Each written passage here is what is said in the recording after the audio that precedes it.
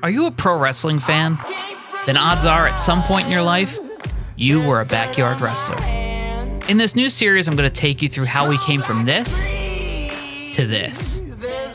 It's a long story, covering nearly 2 decades. But if you're a nostalgic person missing the backyard days of yesteryear and a simpler time of the 90s and early 2000s, this is the story for you. This is Backyard Wrestling Cinema.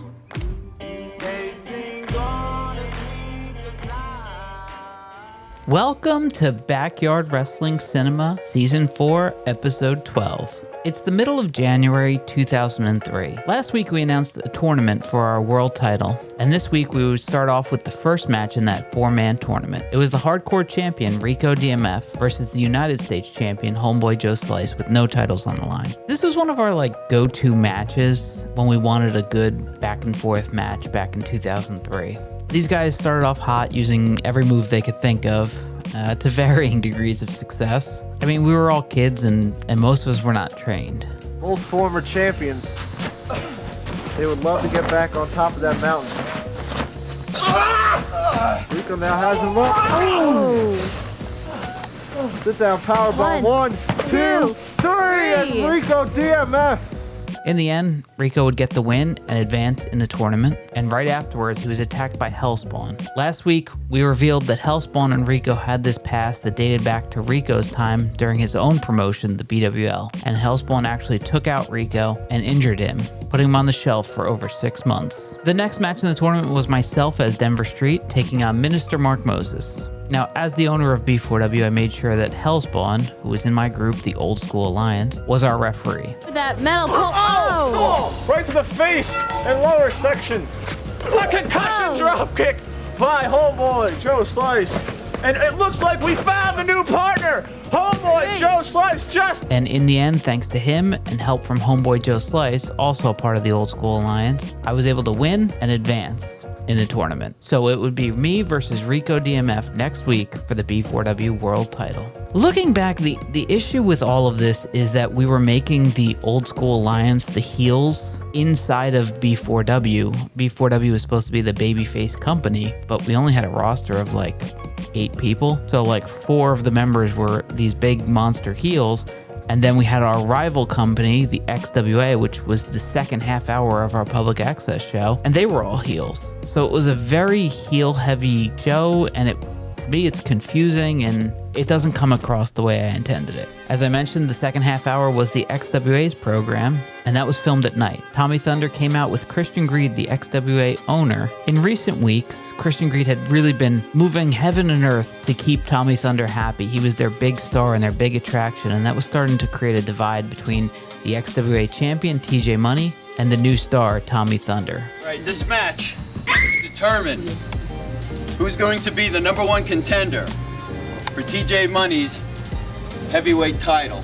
TJ felt that Tommy Thunder was getting all the attention and all the accolades, and TJ, who had been there from the start, was kind of getting nothing, and Christian Greed wasn't paying attention to their current champion. Tommy Thunder would take on the XWA Canadian champion, TLD, and the winner of this one would get a shot at TJ Money's XWA World title. Maybe he was going for the Wonder of Woe. Oh, up goes, just like a handshake. He's up for it. Oh, big drop. He flipped him into a neck breaker almost. TLD, that should be it. But Tommy Thunder wants to end it the right way with the lightning bolt. He wants to christen the match and end it with an exclamation point. And exclamation point said, it is over. That should be a 1 hit. 1, 2. In the end, Tommy Thunder defeated TLD and would go on to take on TJ Money for that XWA World title. Speaking of TJ Money, he would take on both Bobby Bow and The Beast and get a win. The idea was that Tommy Thunder had this easy singles match because nobody respected TLD. So he had this easy match, and then TJ Money would take on 2 of the big guys in the XWA and have to struggle through that match. So Tommy Thunder had a real easy match, and TJ Money had this hard match that he had to overcome. TJ Money won the match, but barely. The Beast! He got a pass mission on the Beast! Oh, it's over! And Christian Greed not doing a damn thing! He's not calling for the bell! You know he's out! 1, No, he's out! 2. The Beast. And that is it. During the match, TJ actually hurt his back in real life. He tried picking up the Beast, and the Beast just didn't want him to pick him up and kind of navigated his body back to the earth. And it ended up hurting TJ Money's back in real life. Oh, a shot to the stomach. No way. Can he do it? Oh my God. Yes, the ball. Oh, God, not we again. lost. Damn it. Damn it. Due to some tape problems, we only showed the middle of Hellspawn and Mumbles. Back then we were using these mini DV tapes, and unfortunately a lot of times the tapes would just fail. The DV stood for digital video, but it wasn't true digital. It was still on a tape, and tapes were historically unreliable, especially those mini tapes that went inside cameras. Oh my.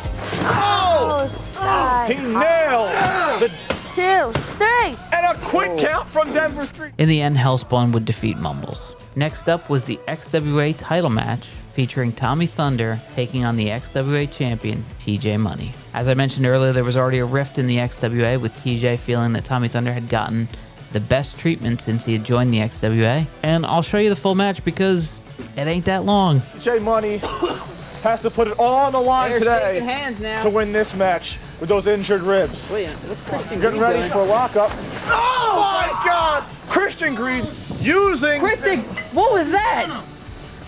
He just nailed it with a lead pipe. They had a falling out earlier tonight. Screw job. It's a Lightning screw bolt. job for the. There's a lightning bolt. It's This is ridiculous. elementary from here. Oh my God. And the flexing from 2, Tommy Thunder. 3. And the reason it was short, as I mentioned, was TJ Money had hurt his back earlier. And I remember there being I don't want to say a rumor, but there was the thought back then that people thought that TJ Money didn't want to have a full match and really put Tommy Thunder over. And I remember back then I kind of dismissed that, and me and TJ were still kind of at odds frequently. But I remember standing up for him and saying no, because losing that quickly makes him look worse than if they had a full back and forth match. At least that was my interpretation. So I think in the end, everybody realized that, you know, he had hurt his back. It wasn't anything serious. It wasn't something that would be bad week after week. I mean, we were all, 17, 18, 19 years old back then. We recovered quickly. The XWA had a new champion, and next week, B4W would crown a new champion as well. All roads were heading to When Worlds Collide, our pay-per-view, where the XWA would compete against the B4W for supremacy. That's all for this week. We'll see you next time right here on Backyard Wrestling Cinema.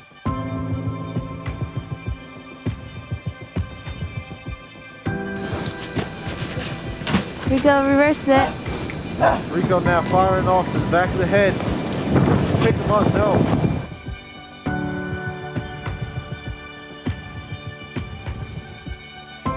But I don't know, Denver Street Oh. informing that.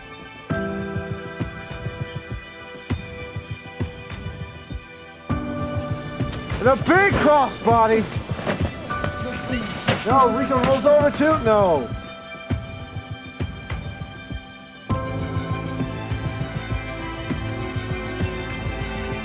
Shot to the Irish whip now.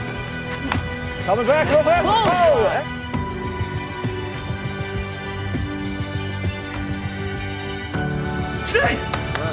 Oh, he's going for the cron. Oh. Better watch it. Oh, God! And he still can't nailed him spell, with but the he still cross. hits the cross.